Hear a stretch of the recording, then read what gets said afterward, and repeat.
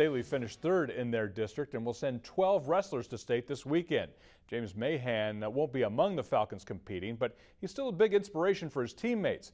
Kyle Haas tells us the story of overcoming obstacles only a few can even imagine. In a sport requiring complete focus and control of one's senses, demanding of a competitor's not only physical limitations, but their mental and emotional ones as well.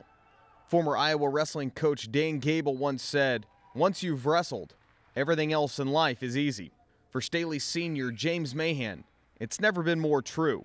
James was born with septo-optic dysplasia, a rare disorder that is the cause for his blindness. There's a lot of things people tell you that you can't do, and for you to go accomplish those things is amazing. He's never really feared anything, from rock wall climbing to water rafting, even swimming. Swimming came pretty easy for him, which is pretty amazing. That fearlessness was the confidence for James's father to introduce him to the sport of wrestling.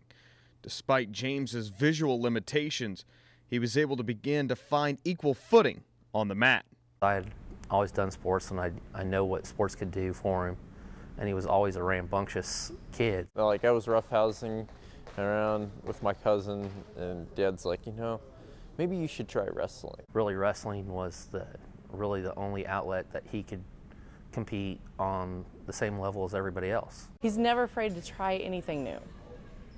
And sometimes that's really great, and sometimes as a parent you're like, oh, please show some caution. By the time James was in high school, his love for the sport had grown. And although he had been wrestling blind his entire life, it was an unfamiliar challenge for his teammates and coaches. It's definitely different, but it was enlightening, really, just to see how his mat awareness and his just drive. Knowing whether to drive a guy left or right, but I mean, he's just able to adapt so well. I knew that the challenge would be great.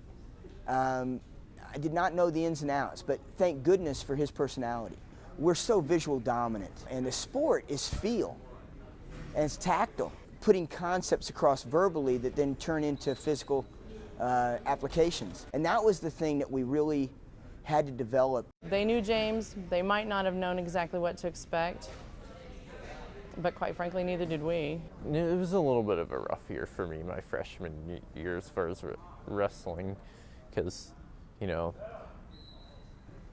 tripped, things like that. As the familiarity and comfortability grew with the Falcon wrestling program, James found himself growing in his skill set, eventually earning a spot on the varsity squad. This year he has, almost all of his matches are all varsity level matches, and he's just done a great job with it. When you pin the person, it's a pretty good feeling too. Can't tell you how good that feeling is sometimes. He talks about it almost every day that he wants to get better and be seen in the same light as everybody else. Being just inches away from the 2 points he needed to win, unable to see how close he was to victory. He fell 6-5 as time expired. Though his season comes to an end shorter than he wanted, his inspiration spurns on his teammates.